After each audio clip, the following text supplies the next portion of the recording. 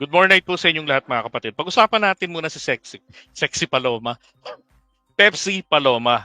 Okay, so meron ho kasing ginawang bagong pelikula na laos naman po na pelikula ano na to, istorya, etong kay Pepsi Paloma.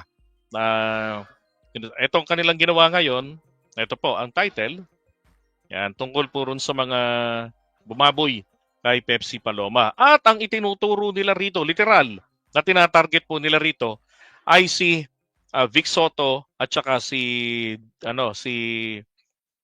Tito Soto na ngayon ay kandidato sa pagka-senador at napakalakas po na kandidato. Okay, so what they're doing is they're trying to eliminate Tito Soto. So sino kaya ang posibleng nasa likod nito? Alright? Tumayan natin yung pag-usapan. Kaya lang, dito lang po ako talagang nagulat. Sabi ko nga sa inyo, content ko to, pag-aaralan ko munang maigi, tingnan ko who's behind this, o possible person behind this. Kasi, obviously po, hindi naman ito kikita talaga sa takilya. Pero bakit ito binuksan, binuhay itong istorya na to? Di ba? So maliwanag na maliwanag, ang gusto lang po talaga nito ay sirain si Tito Soto. Pero hindi ho pala.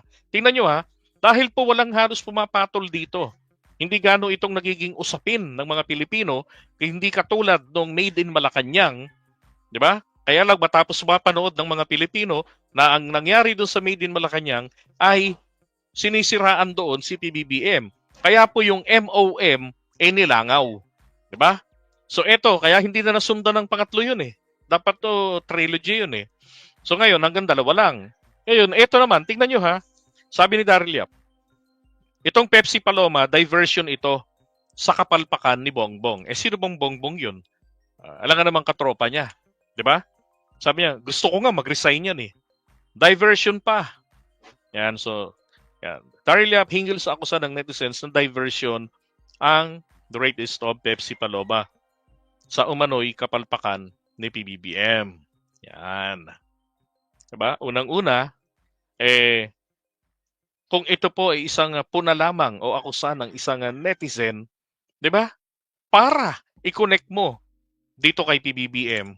Nako, maliwanag na maliwanag po. Ito para sa akin, si BBM rin po ang target nito. Kaya nga ho sabi ng isang kasama natin, sila Itera, parang naniniwala na ako na si Aimee ang nasa likod nito. Bakit? Sino ho ba kasi? Baka nga yung nag-comment na yan, na diversion ito sa kapalpakan ni PBBM, baka nga ho kasamahan din lang nila eh. 'Di ba? Baka ho kabaro nila. Oh.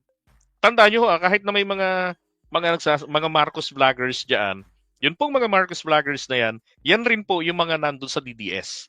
Okay? Sila yung mga nagsasabi na nasa tamang Marcos kami. O ako, baka naman may tama na Marcos. 'Di ba? Ako naniniwala ako ngayon na ang nasa likod nito, dahil tropa-tropa yan ni Aimee, walang iba ho kundi po si Aimee ang gumagastos dito sa pelikulang ito. Para atakihin ito pong si Tito Soto at saka si PBBM. Bakit ito dinikit kay PBBM? Dahil hindi ito pinapansin. O, at ang executive producer ay si Senator Aimee Marcos. Di ba? Bokeng. Huling-huli nga. Di ba? So, ito ho ay maduming laro ng maduming Marcos sa politika. Okay? Talagang sinali pa yung Pangulo ng Pilipinas eh. Diversion eh. May tama sa utak na Marcos, super ampalaya. Diba? So ang tanong, paano po rito tinatarget? Bakit si Tito Soto ang tinatarget dito? Isa lang naman yun. Hindi lang, ang nakikita po ng iba kasi rito, isa lang pong numero. Tama? Alam nyo ho, nakikita ko naman po dito sa aking bolang kristal. Hindi, wala akong ganun. Ang nakikita ko naman po rito, nandun pa rin yung alab ng pangarap ni Aimee na makapasok ng Malacanang. Maging presidente, maging vice president ng Pilipinas. Magkaroon ng pagkakataon to prove herself sa mga loyalista, sa mga Pilipino. Tapos, kaya nga gamit niya pati damit ng tatay niya na nahimik na. Diba? Buti hindi nagkakapunit-punit yun. Tinanggihan daw ng Biba yan eh. Yan, hindi nga kinuha, tinanggihan ng Biba. Kasi nga, hindi kikita eh. Hindi interesado mga tao Sabi nga nung isang nakausap ko, ano yan, pagjajakulan pa ba namin yung si Pepsi Paloma? Nakita na namin yung itsura niya nung in-exhume yan mula doon sa sementeryo. Oh, tapos papalabas ninyo uli. Ay nako, tsaka small budget 'yan. Hindi nga kilala yung mga artista diyan eh, 'di ba? So maliwanag lang talaga, ang target lang talaga is manira. Now, ano ba nakikita ko rito? Naalala ko kasi dati, 'di ba?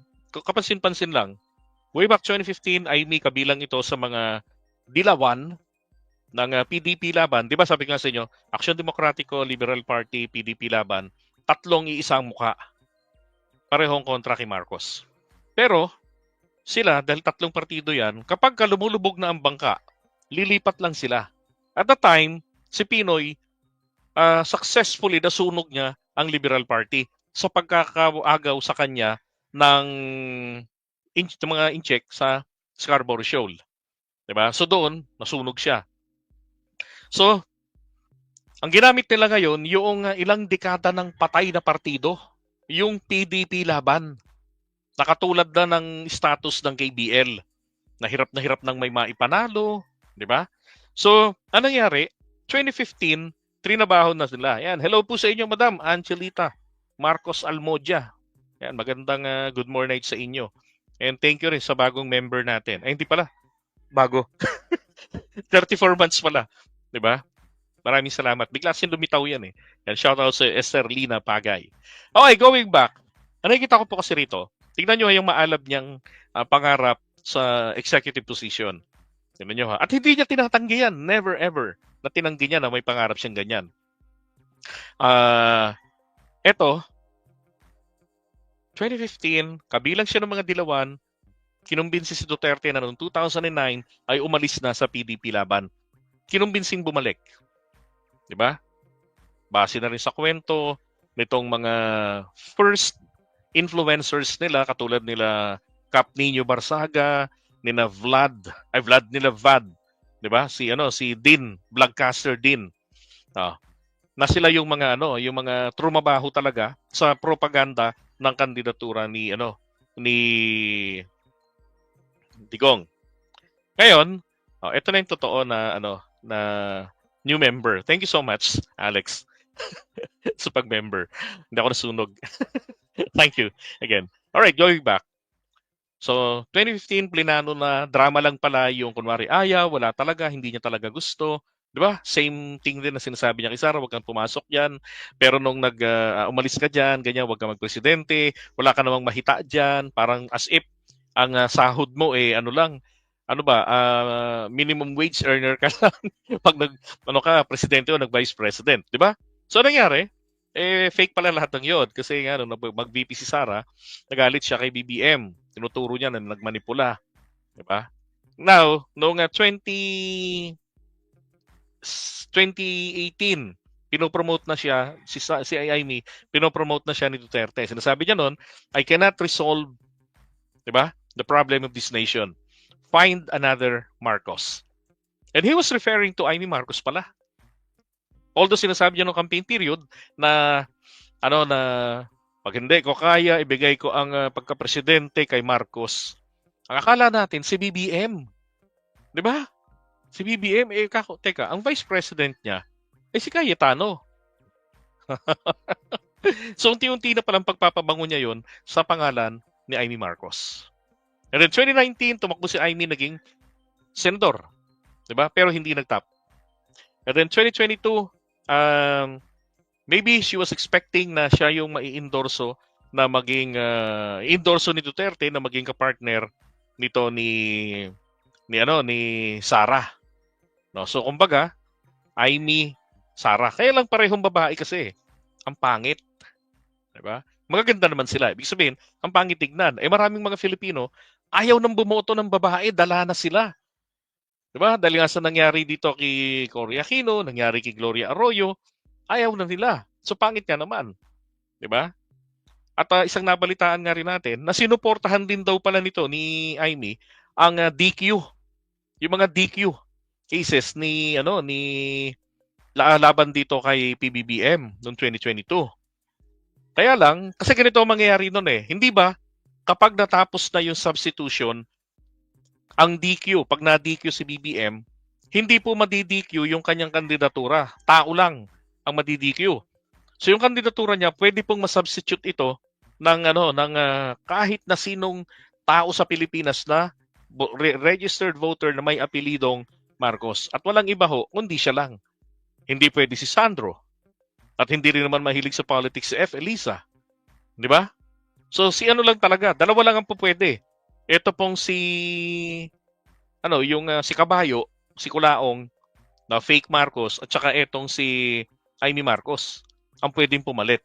Kaya sabi nga muntik na pala siyang maging presidente ng Pilipinas, si Amy, kung natuluyan na ma-disqualify si PBBM.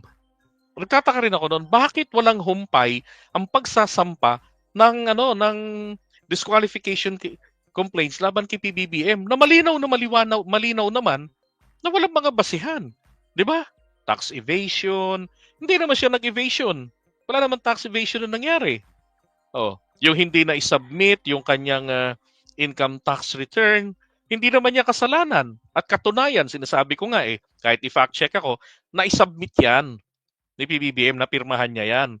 Kasi po nung araw, kapag ka magsasubmit ka ng bayarin mo sa BIR, kasabay po ng cheque o ng cash, itong ITR. Yan yung isasubmit mo. Pagbayad mo sa kanila, ganoon nung araw sa kanila ka, sa ahensya ka magbabayad. Kaya nga nadidekwat yung pera noon ng kadalian Bayad ka sa kanila, titignan nila yung entry sa ITR. 'Di ba? Nandun yung halaga ng babayaran, either cheque yung naka-attach or bayaran mo ng cash. At alam ko yan. Dati akong messenger, ako nagbabayad ng ganyan namin ng kumpanya.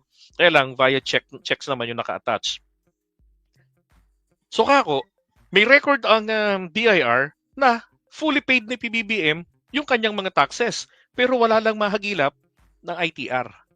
Ang labo nun. Saan nila kinuha yung information ng entry of payment ng income tax? So wala talaga. 'Di ba? Kaya nga, ang ginawa na lang nila nung mahatulan siya sa lower court, tinangka pa nga nilang i-apila. 'Di ba? Hinayaan na nila. Alam ko, umabot pa sila ng Court of Appeals. Hindi nila pinaabot pa ng Supreme Court kasi nga nakita nila, penalty lang naman ito, pera lang ang babayaran, parang 8,000 lang.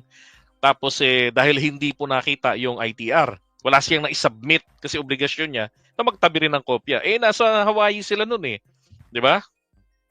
So ngayon, ang nangyari, nakakandidato pa siya, naging governor, vice gov, congressman, 'di ba? Naging senador, nang walang nagiging problema. Kaya nga nakakatawa, bakit inungkat-ungkat 'yon na hindi naman walang bearing na yung mga reklamo na 'yon? Kasi walang issue involving moral turpitude. 'Di ba? Now, nung maging presidente na si PBBM, si Amy, talagang pinaninindigan niya yung pagiging maka-Duterte niya. Kinokontra niya yung kapatid niya, as if parang lumilitaw na tanga ito, bobo talaga, walang kakayanan, ganun. At siya lang yung magaling, at yung mga Duterte. Tapos, di ba kita niyo naman nung huli sinabi niya, kahit ako na lang mag-isa, nung naglayasan na yung maraming kaalyado, kahit ako na lang mag-isa matira, Duterte pa rin ako. Samantalang kapatid niya, presidente ng Pilipinas. So ano bang, puzzle dito sa akin sa amin, puzzle dito. Iniisip ba niya na matanggal na si PBBM sa pwesto sa mga de-estabilizations na to? And then, malaki yung chance niya na maging vice president? Remember, under the Constitution, kapag ang vice president po ay nabakante, ang presidente ay pwedeng mamili mula sa kung sino mang member ng Kongreso at ng Senado. Kahit sino sa kanila, siya po ang magno-nominate na ito ang napipisil ko ang maging vice ko. At kinakailangan itong sang-ayunan in separate voting via majority votes ng both chambers. Ganon. So, syempre kung utang na loob, siya ho ang pipiliin ni Sara. Ayaw rin naman ni Sara kay Bongo Ayaw rin naman niya kay Bato kasi PDP laban yun. Sinabi ni Sara noon, ayaw niyang makabahagi ng buhay niya ang PDP laban. 'Di ba? Kaya nga nung nakaraang campaign period, pwede naman siyang sumampa sa PDP laban and then magkaroon ng coalition ang PDP laban at ang Partido Federal ng Pilipinas. And after all, ang PFP, anak ito ng isang DDS personality rin Yun ang founder ng PFP. Oh, 'di ba? Ay nako. Kaya sabi ko, talagang nando'n sa isip ni Army yung pangarap na hindi rin naman niya dinideny na maging presidente siya ng Pilipinas. Maaaring mapagbigyan niya lamang ng makalipas ang mga Duterte, si Sara, and then event, siya na yung susunod. 'Di ba? So kahit na anumang paraan na matanggal si BBM, siya yung kunin na maging vice president. Grabe, napaka 'di ba? Hindi maganda. At ngayon, ito pinakahuli. Yung kanyang Julalay at siya pa pala yung executive producer, no. Threat kasi sa kanya po si Tito Soto. Naalala ko kasi nung campaign period noon, kung hindi pa kumilos si PBBM at nag-endorso kay Sara sa Ilocanja, nandun kami noon sa Paway, that was February 16. Nasa Paway, Ilocos Norte kami sa Sand Dunes nung malakihang proclamation rally doon. At nandun din si Robin, nakisawsaw, 'di ba? Langaw pa, nilalangaw lang si Sara. I remember, siyempre minomonitor ko na yan eh. Si Sara mula Mindanao, nagra-rides yan. Yung mga dinadaanan yung lugar habang parating siya ng Metro Manila, padalang ng padalang. Para lang siyang si Leni Robredo. Kukunti lang yung mga lumalapit sa kanya. Hindi siya dinudumog. Si BBM talaga ang dinudumog ng tao. Kaya, pagdating ni Sara ng Quezon Province, pinahinto na. At yun na nga po, lipad doon sa proclamation sa Norte. And then, nagkaroon ng mga kali-kali survey doon sa Norte. Ang gusto ng mga tao, Bongbong Marcos, Tito Soto. Tapos yung mga DDS, halata talagang guardian sila. 'Di ba? Bantay talaga sila, mga sikyo.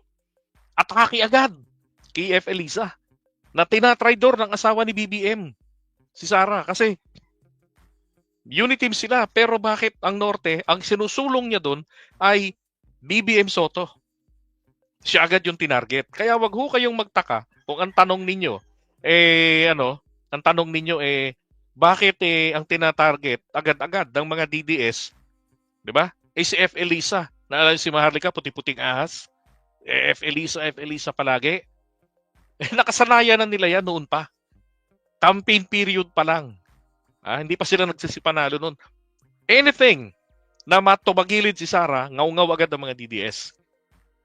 Yung mga vloggers, galgal agad. Traidor yung asawa ni BBM. 'Di ba? Kaya nga nung nanalo na sila ano nangyari doon? May mga vloggers na hati. Merong mga vloggers na anti F. Elisa Marcos. Sabi ko, talagang matindi rin talaga yung amat sa amin ng mga kasama ko noon. Mag-aantay kayo, anti-FL. Ano gusto niyo mangyari? Hiwalayan ni BBM si F. Elisa hanggat siya ang presidente ng Pilipinas? 'Di ba? Kung mayroong pagkakatiwalaan ng pangulo na hindi siya tatraidorin, walang iba kundi ang asawa. 'Di ba? Yan pa yung makakatulong sa kanya. Kaya sabi ko, nako, etong ginawang ito itong pelikula na to, lalo't ito ikinonect pa ngayon. Dalawa lang hong indikasyon dito. Si BBM ang isa sa gustong targetin nitong sirain. Tapos, eto pong si Tito Soto. Kasi nga, threat ito para kay Amy Marcos. Kasi si Tito Soto, pwede pang maging vice president yan sa mga darating na panahon. Hindi pa naman mukhang mamamatay si Soto sa 2028. Di ba? Halos magkakasintanda lang yata silang dalawa. So, kumbaga, ini-eliminate lang. Okay? Ini-eliminate. Maaring hindi na niya maaring tanggap niya na hindi siya mananalo. Dito nga natawa lang ako Alam niyo, meron kaming kalugar dito na talagang kakamping sila. Pero alam niyo ba, yung grupong yan, tauhan na ni Amy. Sabi sa akin, malaki bayad. Ang namin, taga-promote kami kay Amy. Okay. So, dadaanin sa pera. Sa makinarya, kumbaga. 'Di ba? Makabalik uli siya maging senador. Kasi wala na, laglag na siya sa top 12 So, kumbaga, gastusan na ang labanan. 'Di ba? Ay, nako. Kaya sabi ko, maganda rito. Kung hindi lang din naman siya nakakatulog ng maayos sa kanyang kapatid, At ngayon, kunwaring padikit-dikit, di ba? Huwag na tayo magpaano-uto. Tuluyan na nating ibasura, wakasan na natin ang political career ni Amy sa national. Di ba? At ganoon din namang taga-norte. Ang dami namang leader, hindi na uubusan ng Pilipinas. Di ba? Ang kailangan natin, yung magpapaunlad talaga sa atin. Hindi yung para lamang sa kanilang sariling interes. Okay? Ay, nako, good luck na lang sa movie nila. Dapat nga yan idemanda yan si Daryl ng mga ng pamilya ni Soto. Dapat. Kasi Tsaka ni Vic Soto, kahit na ito'y national issue, alam niyo po ba na wala kahit po ang korte, ito, tanong niyo sa mga judge, kahit po ang korte, wala pong jurisdiction na sa issue na to sa kasong na nangyari na yan kay Pepsi Paloma. Bakit? Ang heinous crimes po, ang prescriptive period, ibig sabihin po ng prescriptive period, ito po yung hangganan kung hanggang kailan ka pwedeng magsampa ng reklamo. 20 years. Lampas na ito ng 20 years. 1985 ito nangyari eh. Anong petsa na? Di ba? 20 years na po ang nakalipas. So, hindi na po itatayo ang kasong, ang usaping ito sa korte. Sabihin man natin na maraming naniniwala sa nangyari na yan, pero bakit hindi po yan kasi noon ipinurso? At bakit ngayon dinadaan po sa pelikula? Gayong alam naman nila na hindi na rin po yan, useless na yan, na mapag-usapan man lamang po ng daanin sa legal para sa hustisya. Di ba? So ano ang purpose? Hindi rin naman po magbabagong buhay ng mga Pilipino na malaman ng mga Pilipino sa pelikula o sa kwento ng pamilya ni Pepsi kung sino ang bumaboy sa kanya. Di ba? Maliwanag na. Ano to talaga? Pagsira ito dito kay Tito Soto and eventually pati rin kay PBBM kasi nasa line up po ng bagong Pilipinas senatorial slate etong si Tito Soto ng Nationalist People's Coalition. Di ba? So kung masisira si Tito Soto, sino pa kayo susunod na sisirain na nasa top 10 or top 12 ng senatorial? Di ba? Okay, iwan muna natin.